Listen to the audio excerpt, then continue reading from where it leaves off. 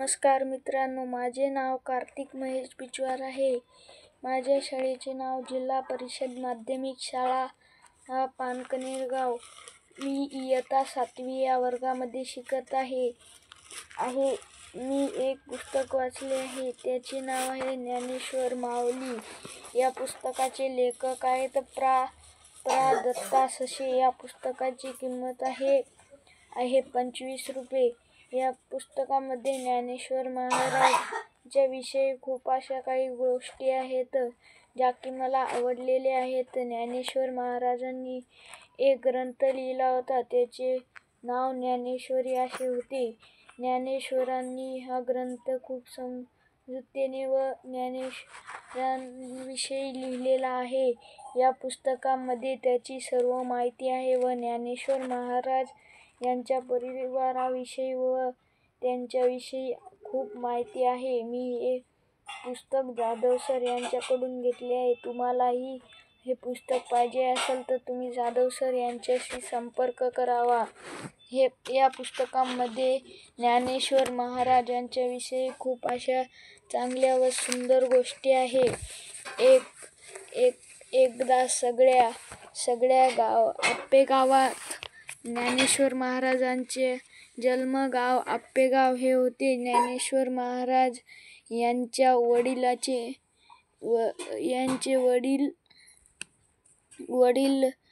वडील खूप चांगले व खूप दयाळू होते.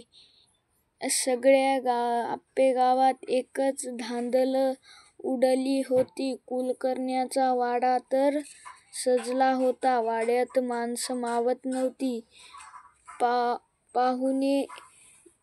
पाहुणे मंडळी येतच होती. बैलगाड्या, छकडे, तांगे, वाहने सुटत होती. गोविंदपंत यांची व्यवस्था निरनिराळ्या खड्यात लावून लगबगीने येत होते. तेवढ्यात मीराबाईंनी त्यांना थांबवले व म्हणाल्या, "अहो, तो पैठणचा तांगा आलाय, त्यांना घ्यायला जाताय ना? पण तांगा पैठणचाच ना?"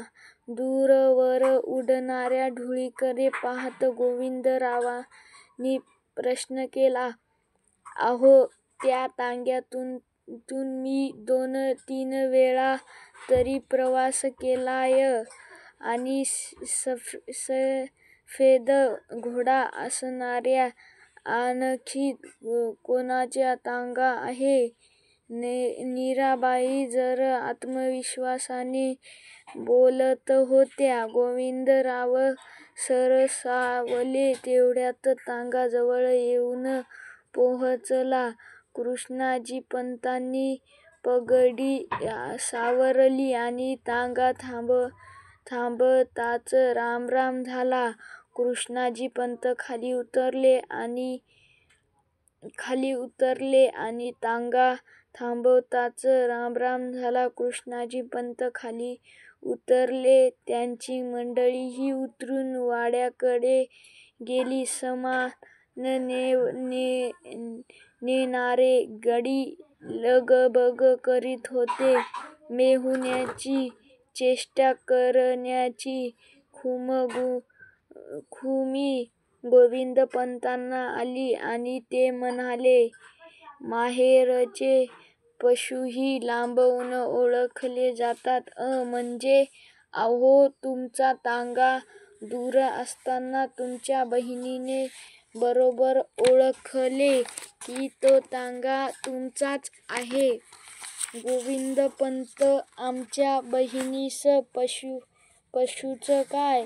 पण पशू तीही ओळखता येतो." यावर दोघेही हसले. पाहुण्यांच्या वर्दळीत भर पडतच होती. वाद्ये वाजत होती. जिकडे तिकडे उत्साह ओसंडून वाहत होता.